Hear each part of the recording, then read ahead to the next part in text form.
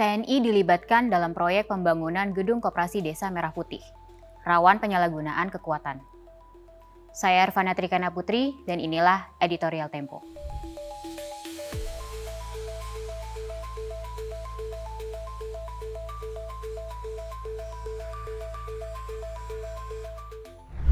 Era pemerintahan Soeharto menjalankan program ABRI Masuk Desa. Terentang jarak waktu 30-an tahun, kini Presiden Prabowo Subianto menggelar proyek TNI Masuk Koperasi Desa. Pelibatan prajurit Tentara Nasional Indonesia dalam pembangunan gedung Koperasi Merah Putih itu rawan penyalahgunaan kekuatan militer. Meski disebutkan berbasis gotong royong, koperasi ini mengandalkan anggaran dari Bank Negara sebagai modal. Dalam perkembangannya, pemerintah pun melibatkan tentara dalam pembangunan gedung koperasi Desa Merah Putih di 75.266 desa. Pelibatan tentara itu pun hanya diatur melalui perjanjian kerjasama dengan PT Agrinas Pangan Nusantara, perusahaan negara yang ditugasi membangun gedung. Proyek gedung koperasi jelas bukan operasi militer non-perang, salah satu fungsi TNI.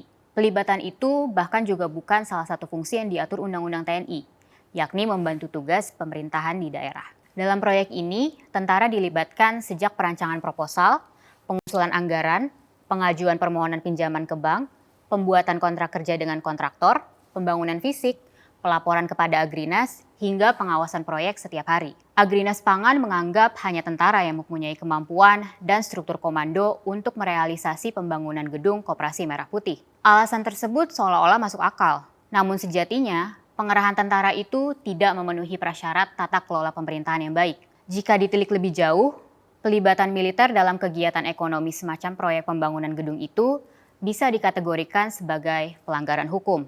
Pemerintahan Prabowo terkesan memaksakan koperasi setingkat desa segera memiliki gedung. Padahal, dalam menjalankan bisnis yang sehat dan tumbuh wajar, koperasi bisa menyewa gedung jika belum sanggup membangunnya. Dengan tumbuh wajar dan sehat, koperasi baru ini kelak bisa mencapai tujuan pembentukannya, yaitu meningkatkan kesejahteraan masyarakat desa. Pemerintahan Prabowo seolah-olah bertumpu hanya pada tentara untuk mewujudkan program-program buatannya, seperti juga semua proyek andalannya. Selain dalam pembangunan gedung koperasi Desa Merah Putih, tentara dan polisi menjadi tumpuan dalam proyek makan bergizi gratis. Prabowo tampaknya memerlukan garis komando ala tentara demi menjalankan semua program itu. Dalam banyak kasus, tentara pun menjadi alat penekan dan intimidasi ketika program pemerintah tersendat di lapangan. Upaya menjalankan pemerintahan dengan ancaman dan menebar ketakutan makin mendekat pada praktik pemerintahan militer. Karakteristik pemerintahan model itu mengandalkan pengambilan keputusan politik gaya komando yang top-down.